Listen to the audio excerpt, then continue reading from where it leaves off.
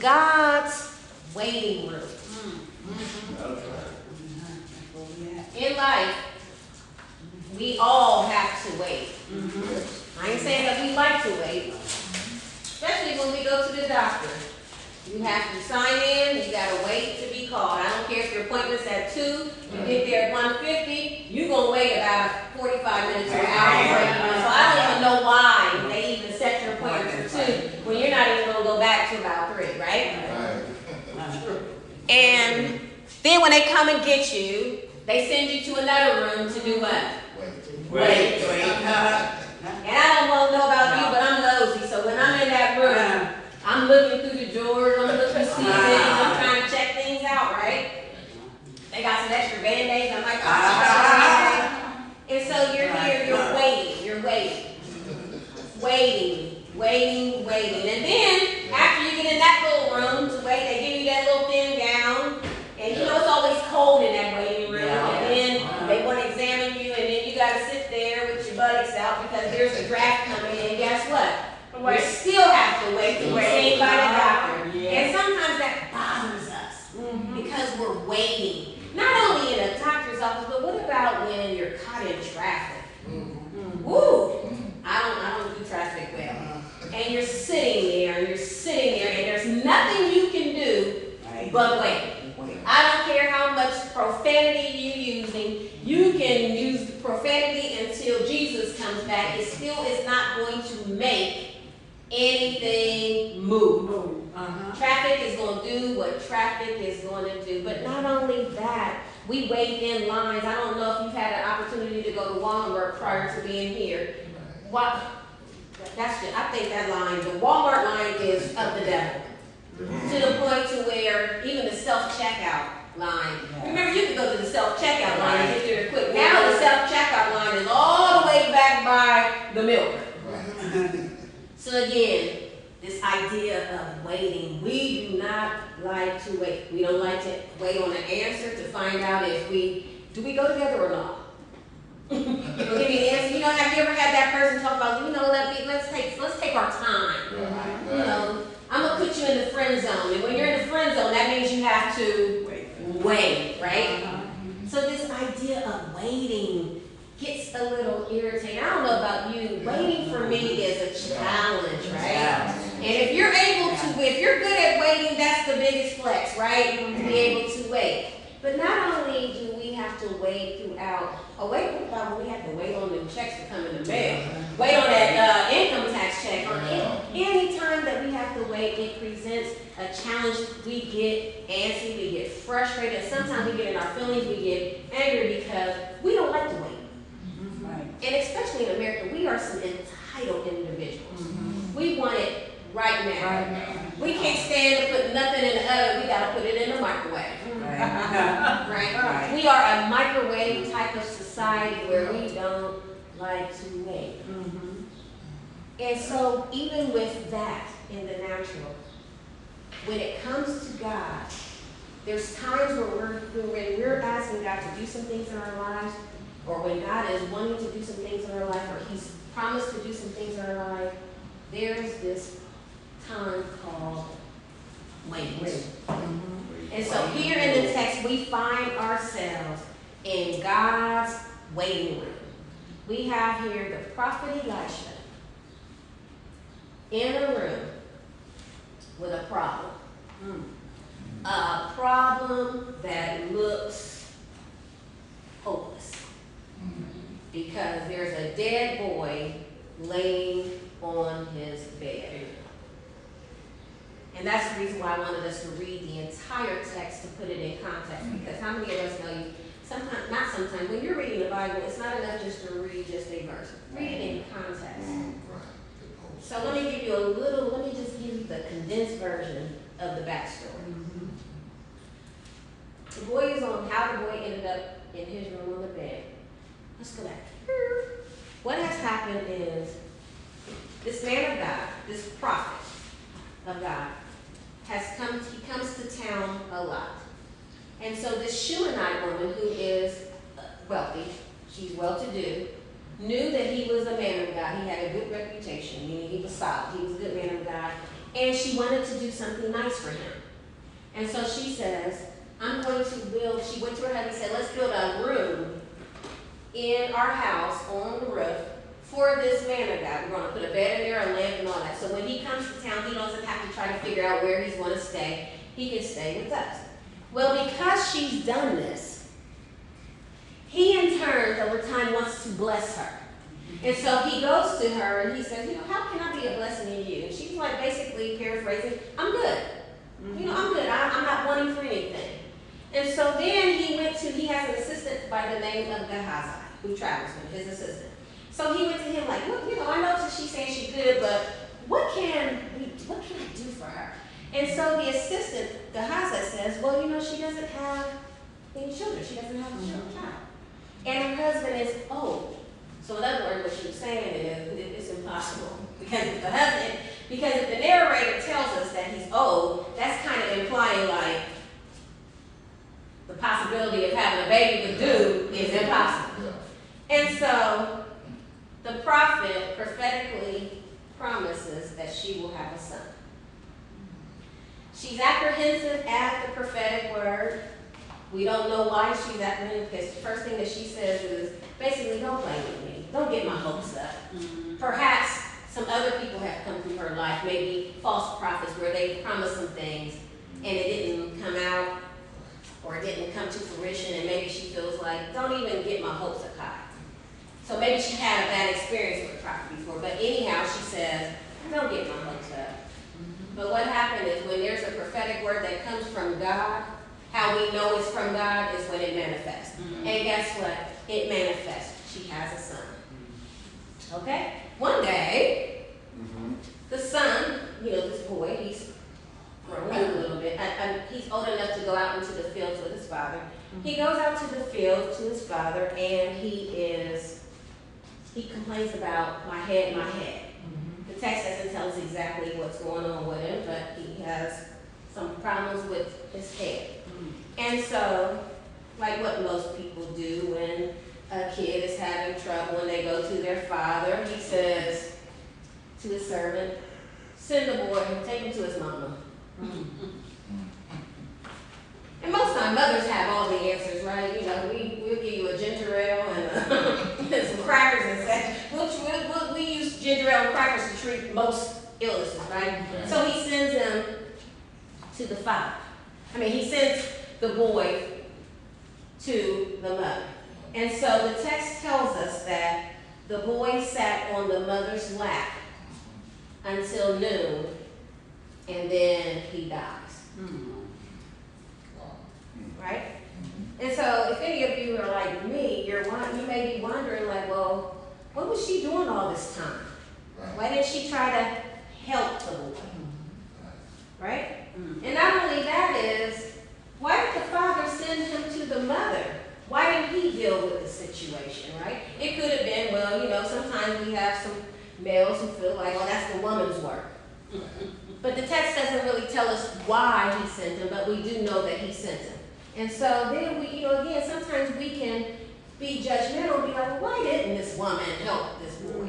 Why did she just let the boy sit in her lap, basically not doing anything, and then he started off sick, but now it became fatal, he's dead. And if we would have heard this on the news, many of us would have had a lot to say. What we talked about last week, preconceived notions or preconceived ideas of what we think we know about it. But again, it could be that this problem, this unexpected problem ended up in her life. Have you ever had an unexpected problem just wind up in your life, in your lap? At work?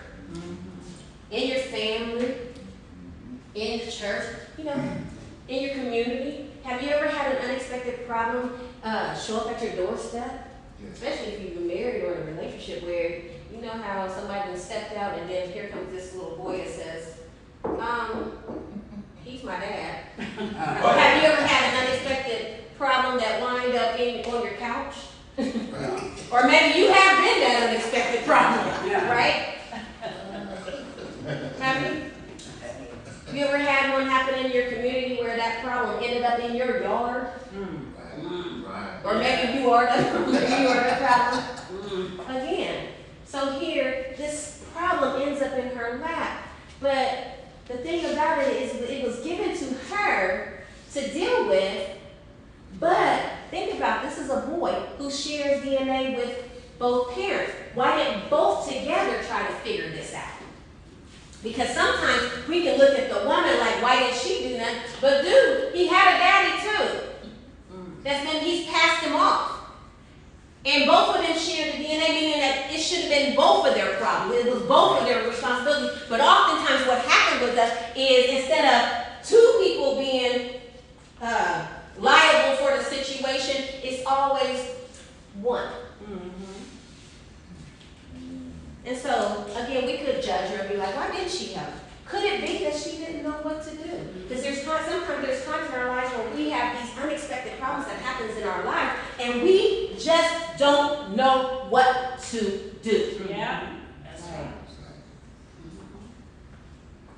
And then over time, this problem that started off sick turns fatal, meaning that it has gotten worse. It is hopeless. When something's dead, that means it's like, it's a mess. But notice what she does. She goes to the prophet's room and she lays the problem, if you will, the dead problem, the horrible situation. She lays it on the bed and she leaves out and she closes the door. You ever heard that statement? Out of sight, out of mind. And sometimes what we do with problems that we don't know what to do is we tuck them away somewhere. Again, she closed the door.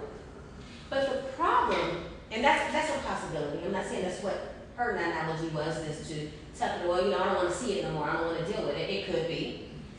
And oftentimes that's what happens with us is we don't want to deal with a situation because we've tried to do, the situation's happened. We don't know what to do with it. It's gotten worse. And now I need to release it. I can't deal with this. That's good. And so we tuck it away, we release it, and we close the door, out of sight, out of mind. But the problem with this is this. It's dead. So even though you can't see it, over time you're going to be able to smell it. And I've heard that a human decomposing body, a dead body, is a smell that is indescribable, but it's a smell that you will never forget. That's what I heard. Right. And if it's anything close to a dead animal, I've smelled a dead animal, and that's a funky, stinky thing to smell. So even though it might, because have you ever smelled something that you couldn't see? Yeah. So even though you might tuck it away, eventually it's going to come out. And there's times where like we're dealing with problems where we tuck it away, but it's smelling. We can smell it. And so she places us in the prophet's room. She lays him on the bed. She closes the door. And then she goes to seek out the man of God. And what I want us to see here is this man of God, this prophet. He is what a prophet is, a real prophet. I'm not talking about these janky ones. What he is a messenger of God. He is a mouthpiece of God. He is God's voice because God sends his word to him and he is to give out the word. Are y'all with me? So in the physical sense, that's what he is. Spiritually and physically, he is the messenger of God. Figurative sense. In the figurative sense, he represents the word of God. Stay with me. You know I'm going somewhere. So she pursues the one who prophetically gave her the promise, because the boy represents the promise. It's that promise has now become a problem because it's dead. But it started off as a promise. It manifested into the promise manifested. That's how he became, she birthed a boy. But now that promise is laying dead. So she seeks out the one. Remember, she said, don't get my, she didn't invite him to, she didn't go asking him for this boy. Remember, he wanted to do something nice. And he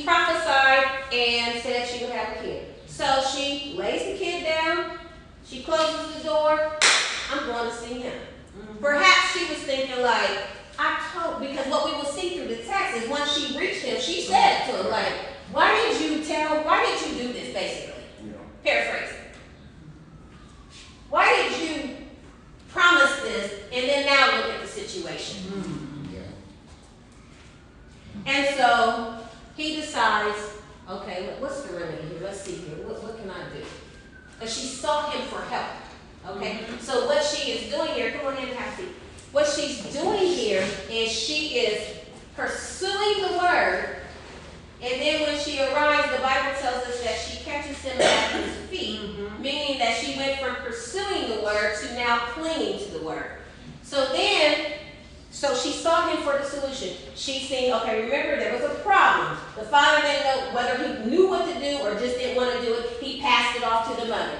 The mother let it sit there on her lap. She didn't know what to do with it. So then after it got worse, she laid it on the prophet's bed. Do y'all see how this problem is being passed around? So she sought the word. Remember, the man figuratively symbolizes the word of God. Are y'all with me? Am I confusing anybody? So she goes to him. She shares her heart. She's grieving. And he wants to help. And so he decides, you know what, I'm going to send my assistant, Gehazi, and it says his staff. Y'all see that in the text? His assistant, in other words, is a support person, somebody that helps him, right? Here, say with me, support. The staff in the Hebrew translates to mean a support. It's his staff, it's his stick, right? So he sends double support to deal with the situation, the problem. He sends. We don't see where he prayed. He thinks the remedy is, I'll just send double support to take care of the situation. Well, the problem here is when the double support went and did what he instructed it to do, it was unsuccessful. Right. And sometimes when we're dealing with a problem and we haven't prayed about it and we think we got the remedy, what happens is we try to apply our remedy to the situation and we're unsuccessful. Amen. Come on. You know, supports like we call our mama. Mom, what you think about this? And mama gives us all kinds of opinions and things like that. And our moms mean well, but they're not God. Right. And if they haven't heard from God and they try to fix some situations ain't gonna work out. So we have to ask ourselves, what is the support people that we have where we're trying to apply these support things, if you will, to these problems and they're unsuccessful. And so guess what? So then he sees that, and then perhaps when that was unsuccessful, when he seen that was unsuccessful, could it be that he then thought, well, darn, that didn't work. Well, maybe what I tried to do didn't work because if it took a prophetic word, Go ahead now. for it to be manifested, won't it take a prophetic word to fix it? Y'all see where I'm going with this?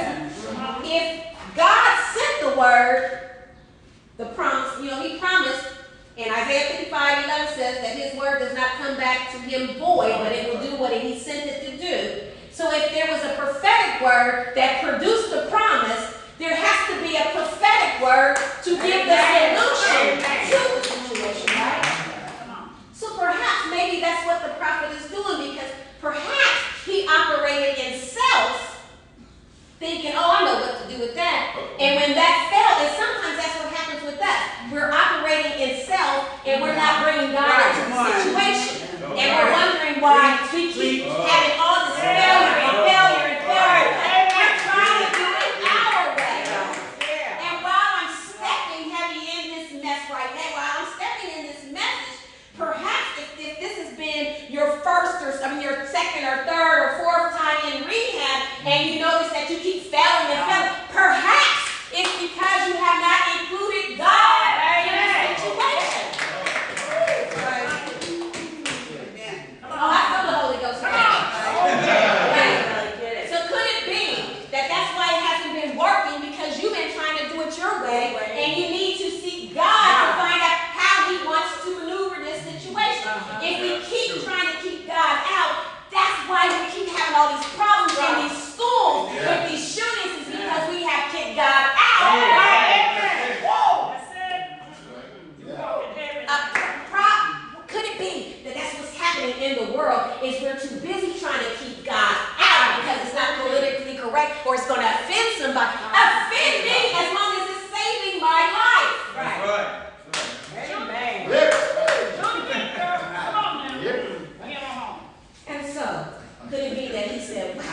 okay, let me think about this. That didn't work. If it took the word for it to come to manifestation, it's going to take the word to fix the problem. So he makes his way to the house. And when he gets there, he goes in the room, and it's just him and the problem, the boy, his head, and he shuts the door. So now he's facing the problem. And so he's there, but notice what he does. He prays. That's right. What is happening here? Remember, we're in God's waiting room. So it's just him in this room, and he's praying to God about the situation. And after he prays, he lays, and this ain't no molestation stuff. This is no excuse to be doing this to no kids. He lays on the boy, hand in hand, mouth to mouth. He lays on him, and then after he lays on him, the boy gets warm, and he gets up and he paces back and forth. Can I break this down? Can y'all walk with me for a little bit? What is happening here is he's in God's waiting room. What he does is, after he closes the door, he prays. So, what does that say to us? Where we're in God's waiting room, trying to figure out what to do with this problem, how to remedy this problem, we must first, like the prophet, we need to seek God's counsel. Not our buddy's counsel, not our woman or our wife's counsel, not our spouse's counsel, not our sponsor's counsel. We need to seek God's counsel, and not even our counsel, because we'll talk to ourselves. They say you ain't crazy until you start answering yourself. So he sought the counsel of God. And when he sought the counsel of God, it wasn't until he sought the counsel of God to when he went and laid on the boy. I'm going somewhere. Remember how I said that the prophet figuratively is a symbol of God's word.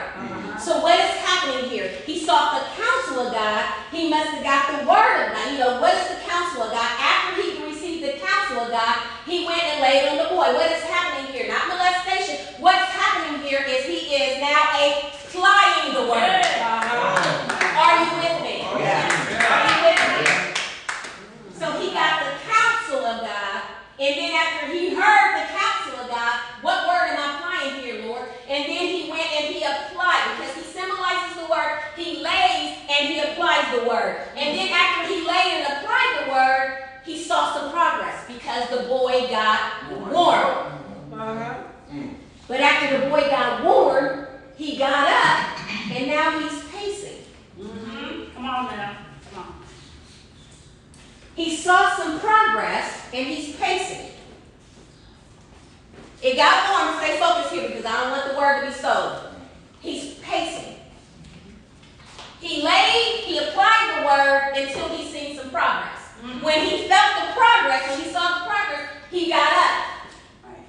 The boy's warm, but he's not fully recovered. You understand? And so he's pacing. And again, when I stated before, when I was asking God, Lord, what is this pacing? What is this pacing?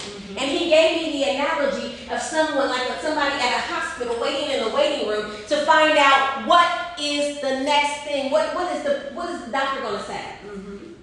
And so that is what he is doing here. He got up, and because he saw some progress, now he's pacing back and forth trying to figure out, what's going on here. Maybe he's pacing back and forth to see, now that it's warm, it's going to start correcting itself. But what happened? Look what happens next. He paces back and forth, but then he gets back in that same position. He stretches out again on it. And it's not until he does this again that the boy sneezes 7 times, and he has been resuscitated. So, what is happening here? He received the counsel of God. He got the word. And then he applied the word. But what he did is he didn't allow that word to do its complete work, because he got up off of that situation prematurely. Remember, he was warm. But it wasn't until he applied the word again that it went to its completion. So the 7 sneezes represents God's completion. That's God's number for completion.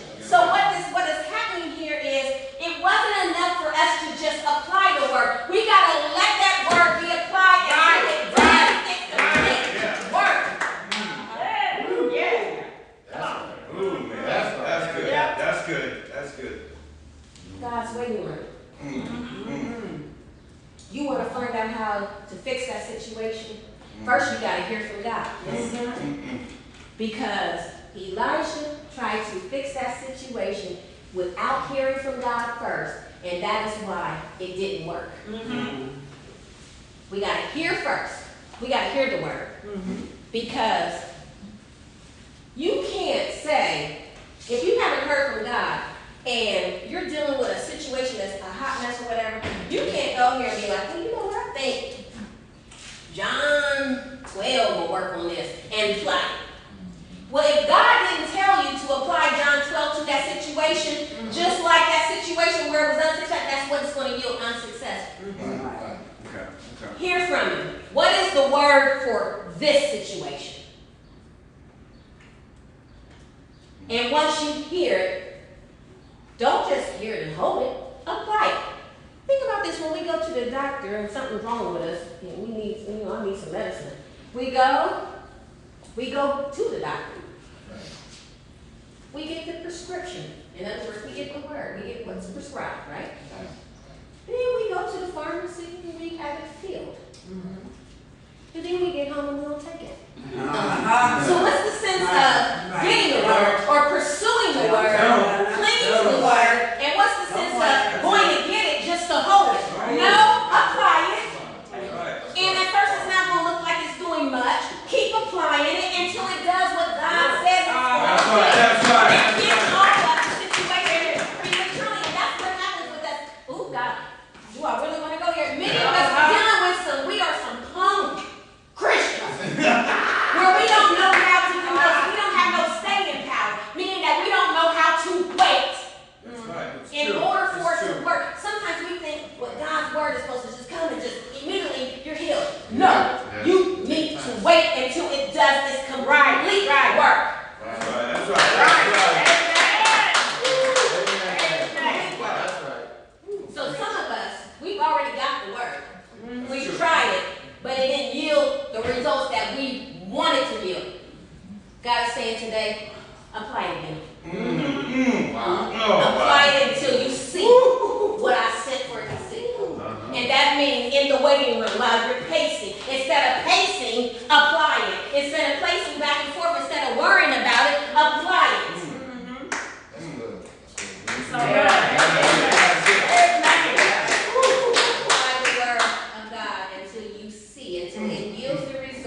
And I'm not just preaching to y'all, that's why I can't let it go. I'm preaching to myself. Absolutely. But you know, Jesus was in God's waiting room. He had to wait. He did. He had to wait until the work of the cross was complete. That's right. You remember Jesus? He hung on that cross. They nailed him to the cross. It wasn't immediate. His death wasn't immediate. And he had the power to come down. But he knew that that word needed to do its complete work. And that word is our salvation. Remember, the job of the cross, the work of the cross was to bring us back into reconciliation with the Father. And guess what? He waited on that cross until death took place. He didn't get down. Not only that, he was buried in a borrowed tomb. He waited in that grave until the third day morning when he rose with all power. And guess what? That's not it. He ascended to heaven, and he's waiting right now. He's waiting. He's seated on the right hand of the Father. He's in a waiting